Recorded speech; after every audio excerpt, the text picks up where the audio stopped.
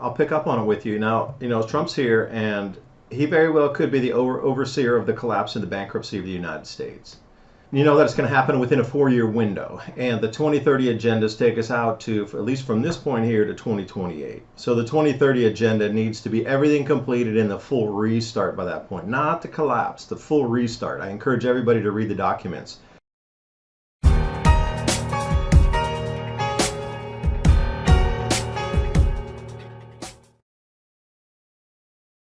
Welcome, Eagles, to another edition of Tradcat Night, special guest, exclusive podcast. Finishing up strong here with DAP 2030's own David Dubine, one of our longest tenured guests on the program. Right off the bat, California quake, but then there was like a swarm of I don't even know how many aftershocks there was, probably close to 100, if not more. Ton of quakes over in that area. And then sort of a ripple effect, as some of my earth changes experts have told me, the worst of the worst would hit the West Coast, sort of ripple on through the New Madrid, and eventually it would hit the East Coast. And I said, well, okay, this thesis is correct, and we should be seeing something in the Midwest. And we have in the New Madrid area with smaller quakes, in the 2 to 3.0 range. I think Ridgely on the border of Tennessee and Missouri, Marston, I think primarily was the area. So we'll see if anything happens here on the East Coast. But wanted to get your thoughts on the earth changes front. What do you make of the weird and wacky weather? Welcome back to the show.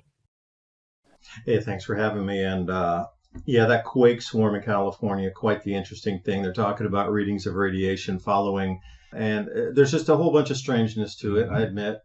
The number of aftershocks, though, it seems to be quite normal. I mean, I lived in Taiwan for many a year, and when they would have a big one, like a 6.7 or something around that 7.0 magnitude, you get hundreds and hundreds and hundreds and hundreds of aftershocks just really close after.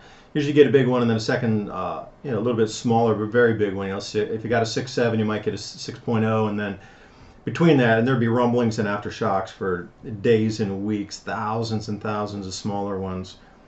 But since you mentioned the East Coast, not a lot of people know in South Carolina there is a fault line there. Now in the 1700s it went off. Like Charleston got wrecked, and a fair few other towns. They're not nearly as large as they are now today. And you got to go back into the early 1700s, and church bells were ringing over here in Tennessee.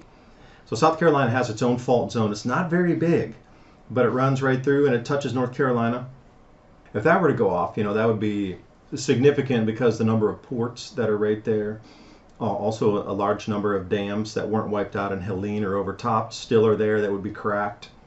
Like an enormous amount of infrastructure for barges and river traffic would get ruined instantly if that were to go off, and that would really put a dent into, think about all the highway bridges collapsing from the East Coast coming from Georgia, through North Carolina and that sort of area, Tennessee. I mean, there'd be a lot of damage to infrastructure. That one's not widely talked about. There's a couple outliers there. A lot of people know about New Madrid and all that, Mississippi River bridges have collapsed, but very few are focused on the South Carolina fault line. Yeah, there's one in New York, New Jersey, too, a big one, major one in New York, New Jersey. I think it kind of almost runs through one of his residents up there in New York, New Jersey area. Now, you just mentioned an interesting point that just kind of dawned on me. Again, I can only speak from a Christian standpoint here.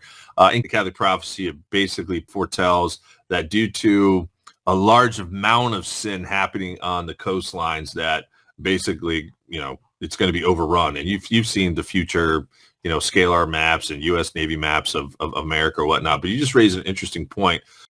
But first, we partnered with Dr. Gundry, MD, to share this information with you.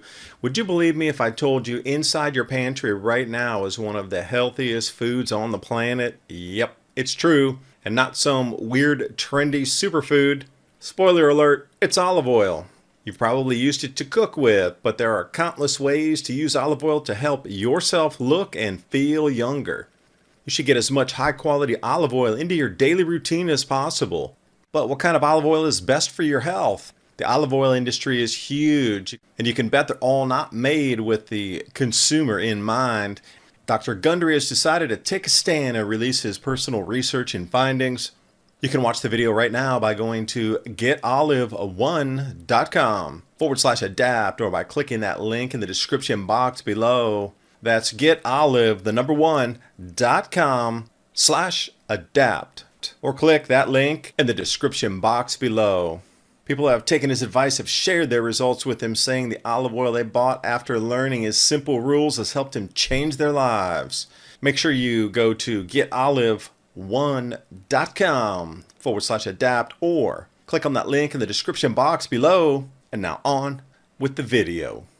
We just saw what happened there on the West Coast. Yeah, was it, Russian Poseidon bombs being dropped or whatnot? I actually was saying that was more likely for the East Coast, so who knows? I know Mike Adams was talking about that. Certainly a possibility with the radiation, being picked up, as you mentioned there a few minutes ago. But listen, the point I'm trying to get at here is as we head into 2025 and potential further supply chain breakdown, we got the port strike. We're going to revisit that probably. I think it's the second week, like the 15th or whatnot. But let's just say we have something like a scenario like that, 100 miles gone.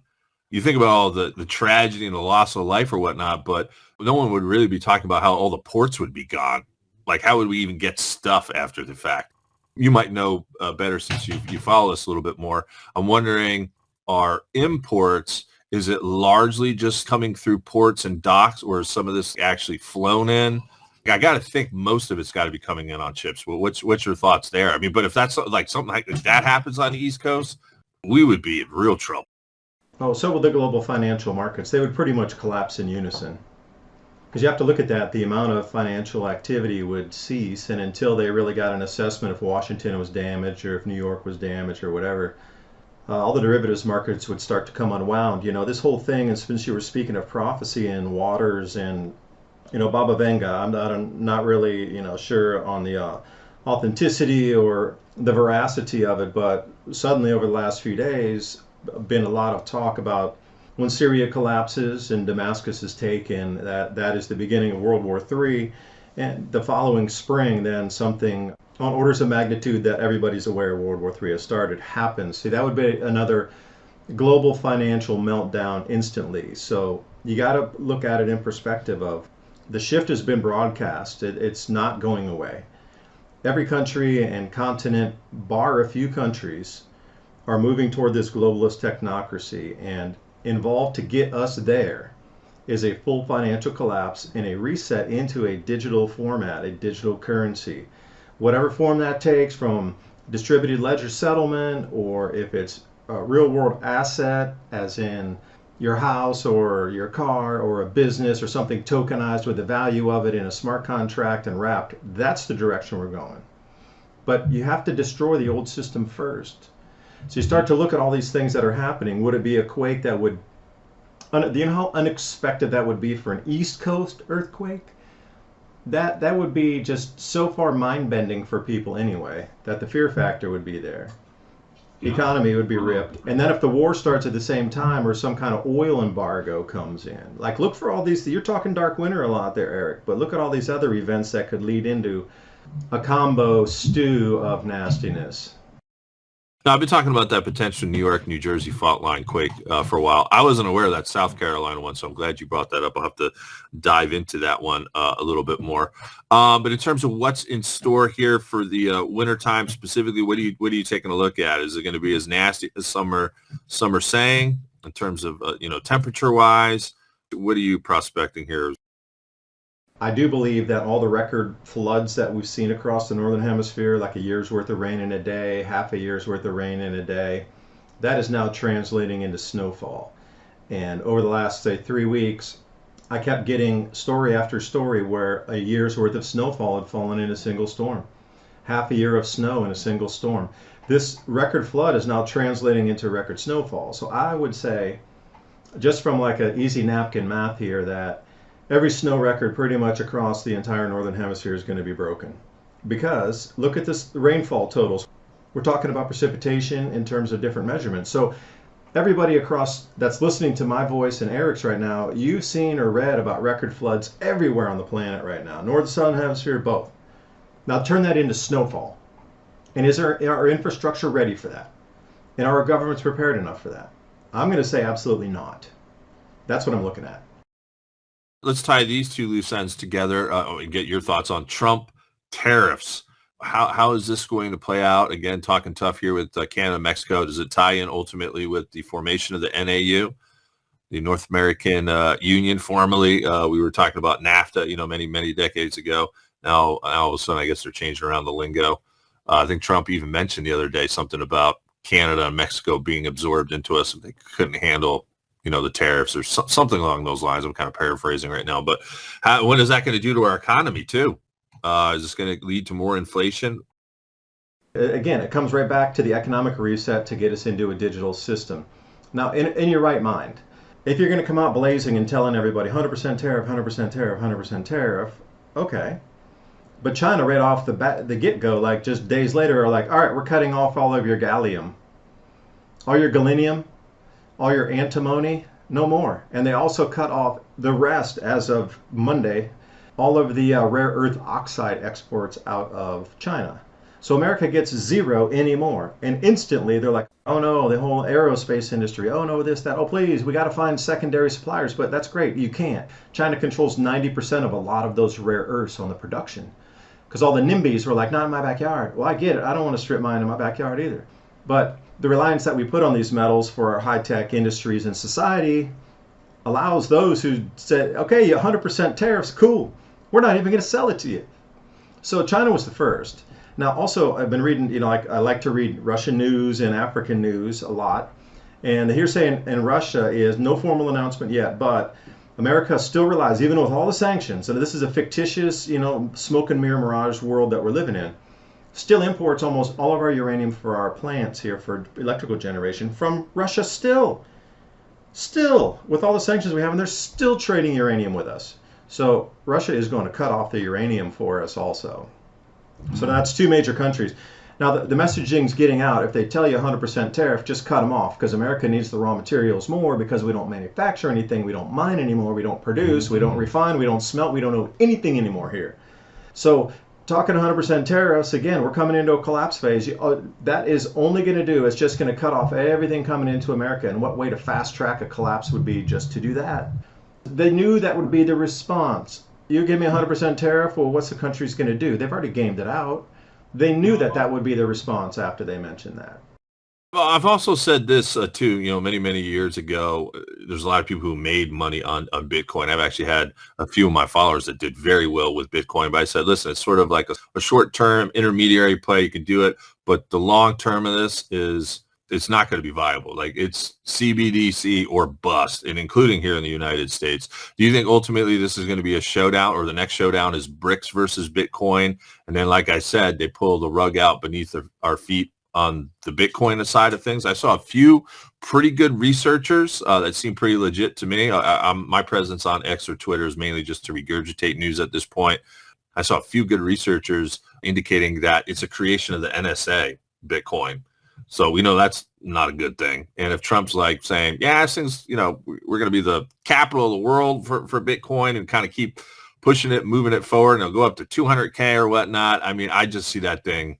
It's going to collapse one of these days. I don't know how. I'm not like an expert. I don't know the inside out as to exactly how that could happen.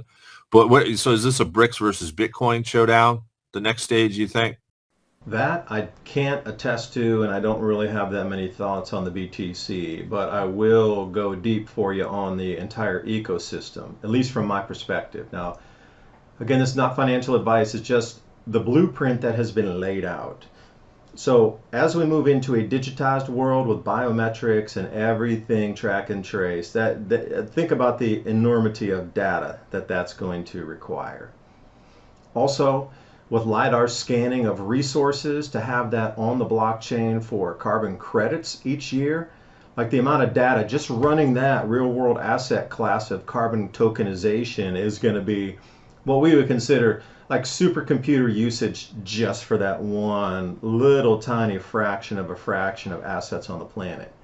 So moving forward, aside from Bitcoin, this whole digital ecosystem is growing and is morphing into it is absolutely in plan to be, through all the papers I've ever read, is in progress right now of becoming the way that we will transact for at least anybody listening for the rest of your lifetimes, if you can hear these words today. Unborn children, not sure yet, but anybody alive today, even if you're 10 years old, this will be the rest of your life. Think about post-World War II. That's kind of the change we're looking at. It's going to be a full 80 years plus of new system in place. So There's three aspects to it. You're going to have the settlement, and you're going to need the speed, and you're going to have everything wrapped in tokenized on real world assets, or RWAs.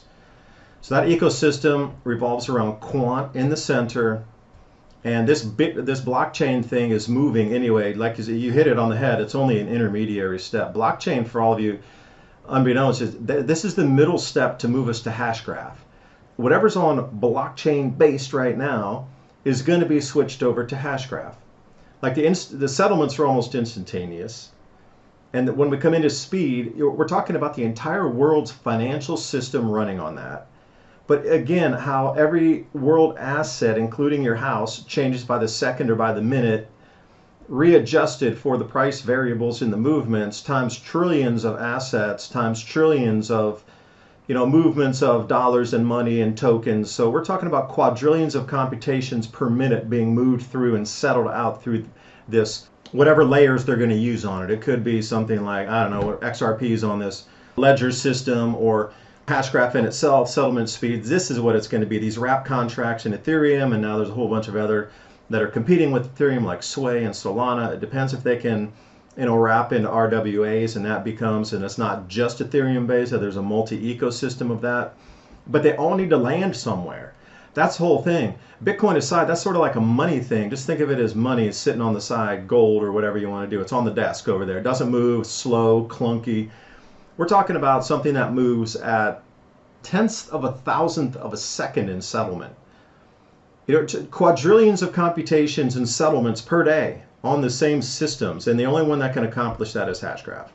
The settlement, the speed, you're going to have other tokens like XLM, which is Stellar, which has already been chosen as the buy a pack of gum coin for everybody else out here in the world who didn't get Bitcoin. XRP is going to be the main ledger for now, but we are moving over. So if you look at Quant and Hashgraph, those are the two big ones that are going to run the entire system from now. And if you look at the ISO 2022 tokens, there's only a handful. Those are going to be the tokens that are going to be used in the new world's ecosystem. So you can see everything that's not there, not going to be used in mass and in volume. Those tokens on that list, and there's only about 7 of them, is the new world's ecosystem revolving around that tech, that settlement, that speed, and that asset tokenization. That's where the world's moving to. Once you understand just those 7 things alone, you will see the future so clearly. I'm trying to forecast the future myself, but the old system needs to collapse. The old one needs to go away completely before the new one can come on. And they are in a rush to get the new one on. So whatever's happening, it's going to be happening really quick here.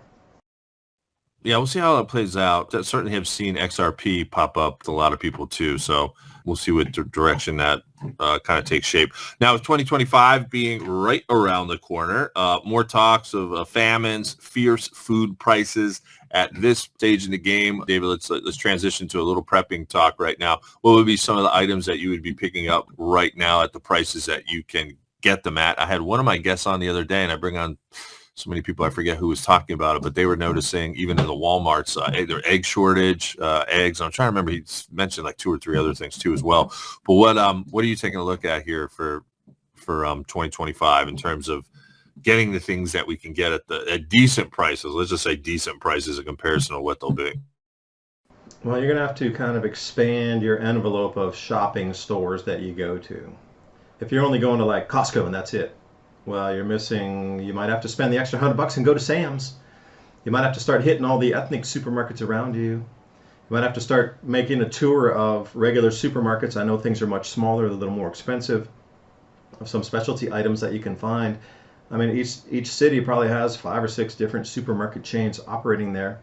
You actually probably need a map to make a food map of your area. Okay, Costco's over here. And then you can do a loop so you can quickly, instead of driving from one end of the town to the next, I forgot over here, I got to go way back to the other side of town, and just do a circle, and take a look at what foodstuffs are available or not, and make a journal every time you go in. So if you're going to go to a store, make note of what's missing, because it's not going to be missing forever.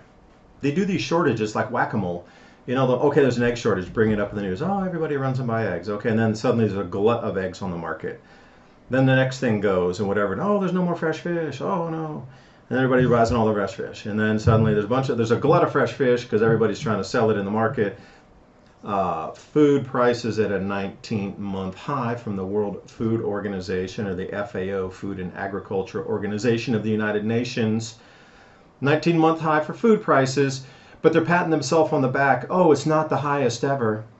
Veg oils, that was the whole thing, is the largest rise in that entire food price for this last few months was, 32% rise compared to the same month, last October. So the vegetable oils gone up the most in price. So I'm wondering, veg oils are usually the easiest thing to produce. You got corn oil, you got soy oil. Why is there suddenly not enough of that? Like, what's going terribly wrong where they keep telling us it's overabundance? Oh wait, I forgot, Africa. South Africa went offline for their corn production. So they have to import corn. Now generally South Africa is the largest exporter inside Africa to other African nations. They usually export about 10 million tons a year to other African nations, but this year they don't have any corn production because of the obscure weather and strangeness that they need to import corn. That creates a deficit. Now also Ukraine, the 30 million tons of export, most of that was to Africa, really, straight to Africa, and that's gone too. Suddenly we got these two areas that would produce corn oil that are offline, so I could see why it would be a rise in seed oils. But I don't understand why there's not. That doesn't make sense for me because there was supposed to be a glut of soy this year, which is soy press cake, soy oil. But I'm just not seeing it in the numbers. FAO prices jumping this much means somebody's lying somewhere. Yeah, you see how they do it? And again, with the Federal Reserve, they give you a 1% raise in your wages and they pat themselves, oh, everybody got a raise of 1%. But wait, your standard rate for 2% inflation just meant I still lost 1%, but they're cheering themselves on the news like, we gave everybody 1%. But anything like non-food related items that people need to get in on before it's too late, especially price-wise? Yeah, rechargeable flashlights, hanging lanterns, this sort of thing. And I'm not talking about ones that use rechargeable batteries. It's the one where they're already at one contained unit and you plug it in and you can recharge your headlamps, torches like flashlights, and then also lanterns that you can carry with you or hang up in a space to illuminate at night without having to use electricity and turn on your lights. But to get a good handful of those, because you can recharge those off of a solar power unit, and a handful of headlamps, flashlights, and rechargeable lanterns will get you through the night, and you will not have to turn a single light on in your house.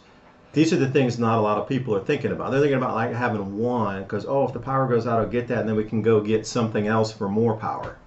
I think you're going to need a set of those for every room in the house because they're so easy to recharge, and then also multiple charger cords and multiple USB outlets into the charger, so you could recharge 8 of those at one time out of one socket. If we can do something more efficiently for lighting from the sun, from a solar pack of, whatever it is, an EcoFlow with the panels that you do, or whatever it is, a Jackery unit, could be anything. Because if you can have the light and you can have that at night, that is going to save you an enormous amount of heartache. Because you can do things at night. Without the light, you're stuck. Once the sun's down, you're done. You need to be able to work longer hours, because if all those people are inside because of safety reasons, you probably don't want your house looking like a Roman candle and Christmas tree anyway. You probably want to put bags over the windows and then be like going by lantern light so people don't see an enormous amount of lights. Get all that stuff up, curtains around the place. That was one of the first things I did with this house. But yeah, you also, with most of those candles, they have like nasty soy in it, and it's just not good for your health. Even the diffusers, they're saying, are not good really to breathe in these days. At least some of them are, some researchers. So yeah, no, I'm right there with you. I'm really honing in down on protecting your property, defending your fortress, so to speak. But I'm wondering for you, since you certainly have more property probably than most people listening to this program, homestead considerations, when you've got more turf to deal with and the more territory that you have, the more difficult it's going to be to kind of secure it. So I'm just kind of curious if you want to give us some thoughts for those. And we certainly have people who have homesteads listening to this program who have some land to it. Like, what's some of the things that you are going to kind of take a look at there? Well, you need to assess first if you're getting the mind game put onto you in terms of how much threat there really is. I mean, just news stories can scare everybody enough. So perhaps this only occurs in like 10 cities and there's some violence, but it seems like it's happening across the entire United States, you know. How viable is that threat really in your area is the first thing you need to look at, or are you being mind played on the whole thing? That's something not a lot of people are looking into in their assessments. Is it even real what they're telling you? Because if you're not seeing it or hearing erupting around your area, then you're being played is what you're being. And this is the whole thing. How much of it is a mind game versus how much of it is real? Through the panic button press, they only need a couple incidents in a couple cities in the news to run with it before everybody thinks it's happening everywhere. And to answer your question, no, you can defend down to your very last room in your homestead. Homesteads are just like homes. Yeah, you got vast area. You might know the terrain a little bit better, but I would not be bugging out into the forest to try to hold my ground from my house. You might have somebody, you know, in a terrain area on an entrance into, because they're not going to be like crawling through the back of your forest through hundreds of acres to get when they could come up a dirt road or come up a gravel road with a bunch of SUVs. You know, like the easiest point of entry is going to be the easiest point of entry because you're dealing with a lot of amateurs here. It would be neighbors coming together to try to prevent something, and until you get incurred into or their probes or something like this, I'm just wondering how much of it's fake news, literally, for your mind to believe it's real, and take it through that lens first.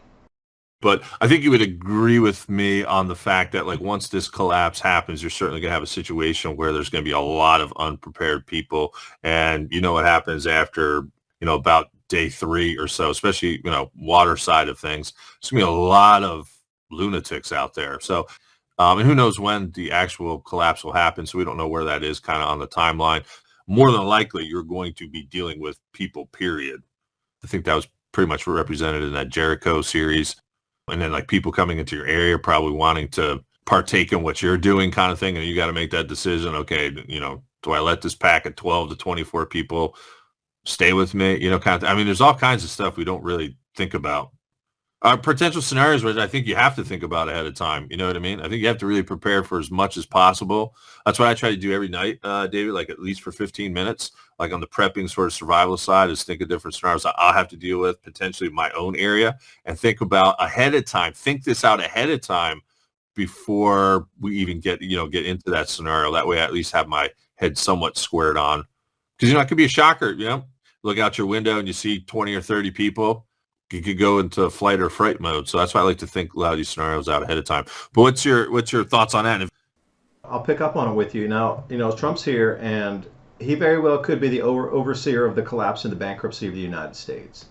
You know that it's going to happen within a 4-year window, and the 2030 agendas take us out to, at least from this point here, to 2028. So the 2030 agenda needs to be everything completed in the full restart by that point, not the collapse, the full restart. I encourage everybody to read the documents. So between now and 2030, that's 5 full years of time, the collapse needs to happen, the complete evaporation, and collapse is a bad word to use, evaporation of the old system to nothing. Literally nothing exists, so their only choice is we're not going to rebuild a parallel system from the same one we have, and then plus the new digital infrastructure on the crypto and the CBDCs and all that stuff, and the blockchain and the RWAs and the settlement layers. That's all going to be the only thing that is built and comes back off of. And the gold will back part of it, but the rest of it's going to be digitized assets. So between now and then, the complete collapse needs to occur. Now, will it happen directly right after inauguration? I doubt it. Will it dovetail through 2026 and 27? Oh yeah, I bet it does. That collapse period too, you got to realize that more people are going to come together than they are going to fight. Small towns are going to rely on people in the same small town to protect their small towns. So your greatest threat might be a few drug users in those towns, but as soon as people start to come together in those small towns and assess the threat, at that point you know it's real. And communities will start working together to keep what you're talking about, groups of people from coming through. Now, it might sound really bad that you're going to kick people to the curb and make them keep walking down the street, but that's exactly what they did during the Great Depression. No groups of men here, no work available. Keep your asses going down the road. And whether it's women and children and families, too bad, you didn't get ready. And you're going to have to check your conscience at the door too. And your mind is probably going to fragment I can't be that person anymore. I need to like completely change my personality. We might have a bunch of multiple personality disordered freaks by the end of this whole thing as it moves through, because you're going to need to fragment your mind on the decisions you're going to need to make. But until that comes, everything's cool. But it is going to occur during Trump's presidency, this full-on liquidation and evaporation of the old system to bring in the new. But then again, how functional does the new system have to be in 2030? So that's the whole point. If you read the documents on where it needs to go, it needs to collapse from now slowly into a full like chasm down to the Grand Canyon, one giant drop off that paralyzes the world. And then we bounce back off of that as soon as we go down, and really it's like an under 3-month event. Right back out again. The reemergence and the rebuilding of the economy under the new system will trickle, and then it'll be fully functional probably around 2030. So you put your own time frame onto that. So the things that have to happen during this, at least in my opinion, it can't be just one. Now take this for what it's worth. Keep the parts you think are valuable for you. Share if you want to. We have to go into a full global war where they can lock down all transportation.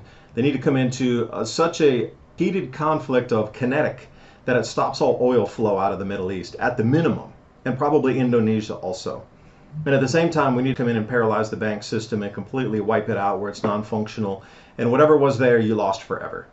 At that point, they're going to try to make good and say, well, everybody's previous bank balances with this, we can only offer you half, but it's under the new system, and you need to get all the digital biometrics done to assure it's you, come up with a completely new identification system, all just to partake in the new system. And there comes your mark from the beast. They're probably going to tag you like a cattle to get this thing. So we already have a couple things in play as we speak into the chaos phase. Now, how quickly that's going to occur, that's another thing. That's an unknown, but I just don't see it in 25. 26, probably a lot more rumblings, because that collapse off the Grand Canyon, bounce back off, that I would say that's probably around mid-26 or early 26, but that's just me. And again, take for what you will out of the conversation. Well, we know it's imminent, whether it's 2025 or 2026. We know it's around the corner here. It's not 5-10 years away. I think everyone listening to the show, and probably you and all your listeners probably agree with that too as well. So a lot to consider, and we're trying to stay on top of it as best we can. David, thanks so much for joining us.